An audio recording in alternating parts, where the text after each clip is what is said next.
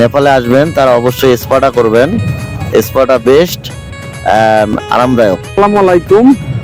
আমি এখন দাঁড়িয়ে আছি নেপালের রাজধানী কাঠমান্ডুতে। কাঠমান্ডুতে যে এরিয়াতে দাঁড়িয়ে আছি সেই এই এরিয়াতে মূলত নেপালের স্থানীয় বাসিন্দাদের যে অবস্থান সবচেয়ে বেশি। এখানে ফরেনার নাই বলে চলে। আমাদের ফ্লাইটটা যেহেতু একটু দেরি হবে, সেই ক্ষেত্রে আমরা একটু এখানে এই পার্কে বসে অবস্থান নিচ্ছি।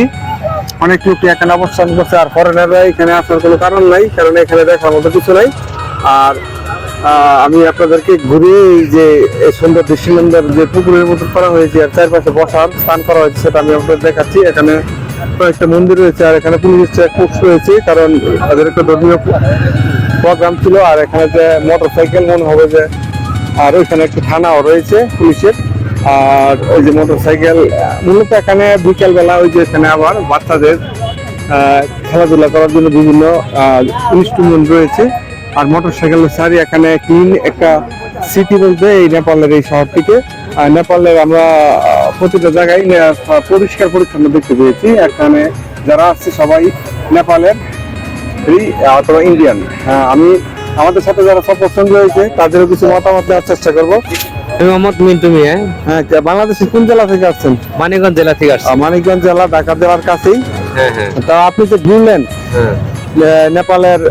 নেপালে এসে ঘুরলেন, তা কাঠমান্ডু এবং পোখারা, তা আপনার কাছে জার্নিটা আসলে কেমন হলো একটু যদি বলতেন আমাকে। জার্নিটা খুব মজা। তো আপনার কোন জিনিসটা আপনাকে সবচেয়ে বেশি ভালো লাগছে? এই যে একটা স্পেসিফিক একটা জিনিস সবচেয়ে বেশি মজা লাগছে আমরা কাঠমান্ডু শহর থেকে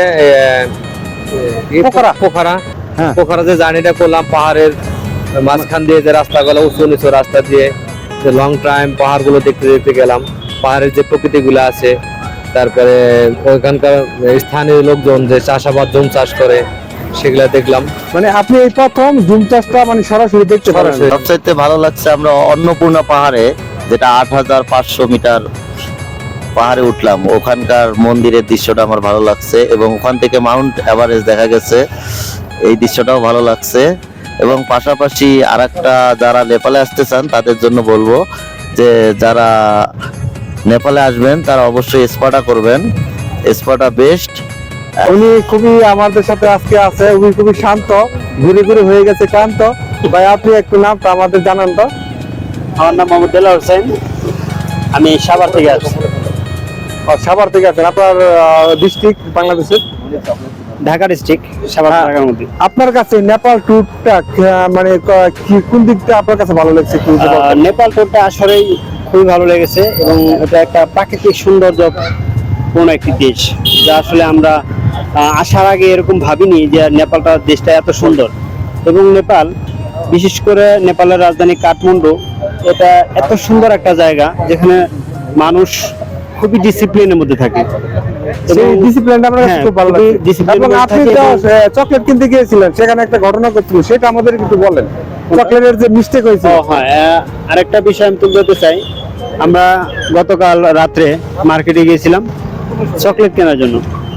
তো সেখানে আমি একটি দোকানে ৭,০০০ টাকার মতো চকলেট কিনি। সেখান থেকে প্রায় ৩,০০০ টাকার চকলেট আমি রেখে আসছিলাম, ভুলে রেখে আসছিলাম।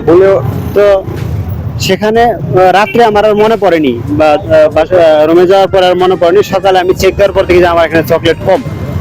তো পরে আমি 10টার দিকে সেই দোকানে যাই, যাওয়ার পরে দেখি যে আমার চকলেট সেই দোকানদার ঠিক সেভাবে রেখে দিয়েছে, এবং আমি যাওয়ার সাথে সাথে সে বলছে, ভাই আপনার চকলেটটা এখানে রেখে গেছিলেন, প্লিজ টেক ইট। অর্থাৎ এখানকার যে সততা, এই সততা দেখে নেপালের মানুষের অনিষ্টি আছে, এটা সত্যি। এটা একমাত্র মিথ্যা নেই, এক বিন্দু মিথ্যা নেই।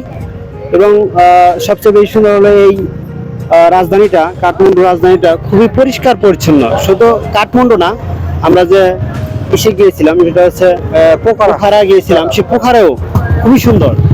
এবং এখানকার মানুষ আসলেই ভালো।